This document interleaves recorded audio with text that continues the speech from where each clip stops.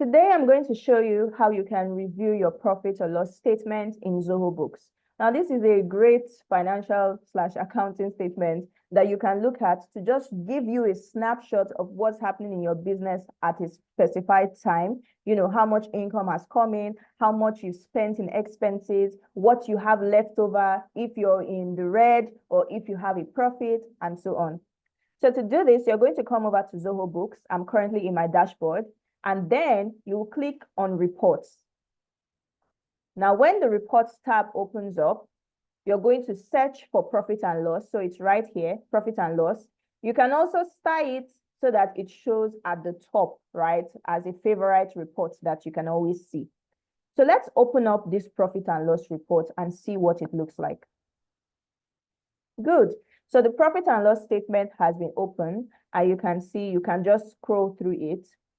Now, one thing I want to show you is how you can set a date range. So it's currently set to show this month, the profit and loss for this month, from the 1st of August to the 31st of August, 2024.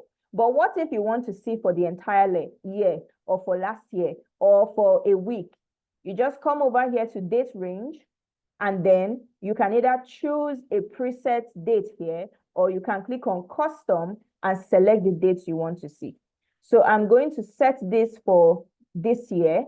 Let me see all the records and the profit and loss for this year.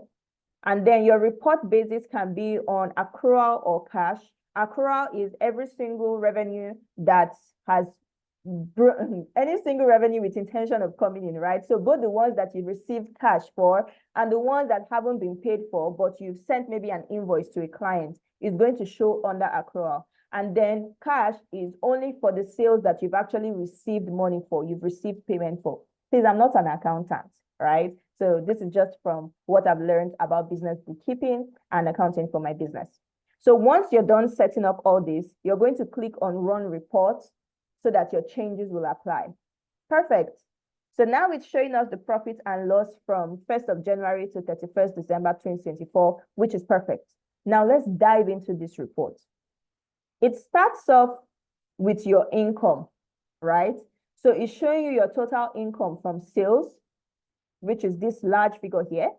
And then you now have these other categories, which is showing you how much income came in for these different categories. I show you how you can create different accounts and categories to track sales of specific products and services. So you can check out this video where I broke that down and showed you how to do it on that chart of accounts.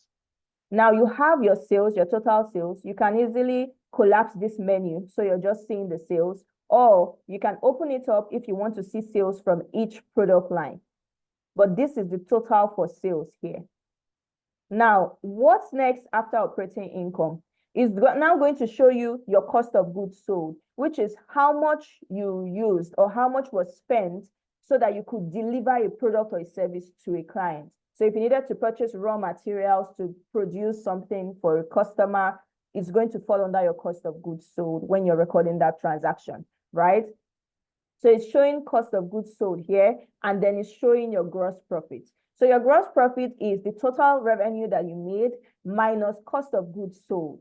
So the cost of producing and delivering that product or service to the customer.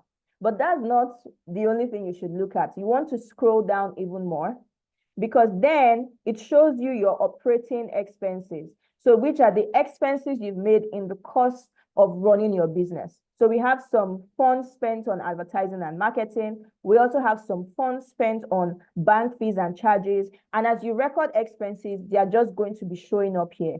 Remember, we're viewing the profit and loss for an entire year.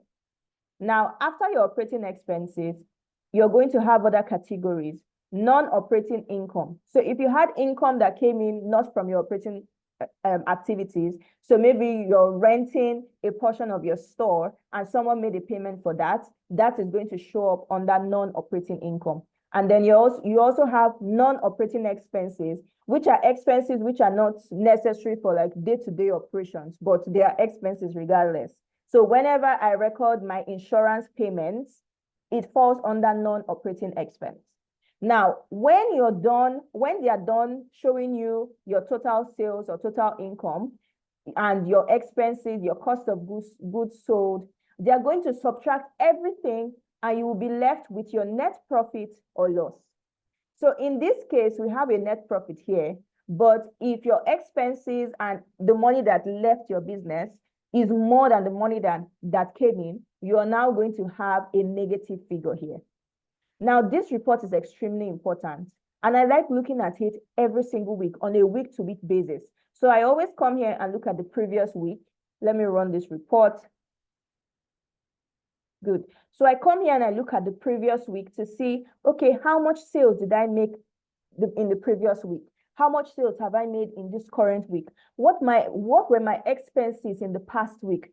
Were there any expenses that I can do better with this week? I can cut down on this week. You can look at this report on a weekly basis, on a monthly basis, for whatever frequency you want. But you want to be paying attention to your profit and loss, paying attention to the exact expenses that are taking money out of your business and seeing how you can cut down on those expenses.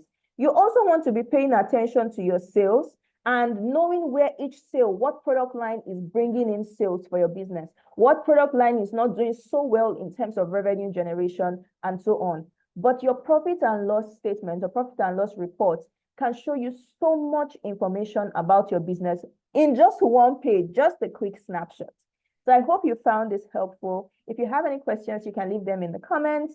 Don't forget to like this video and subscribe to my channel. You can also check out this playlist where I break down different features of ZohoBooks, so you can just binge through the lessons and learn how to use the software for your business, your bookkeeping, and your accounting. And I will see you in the next video.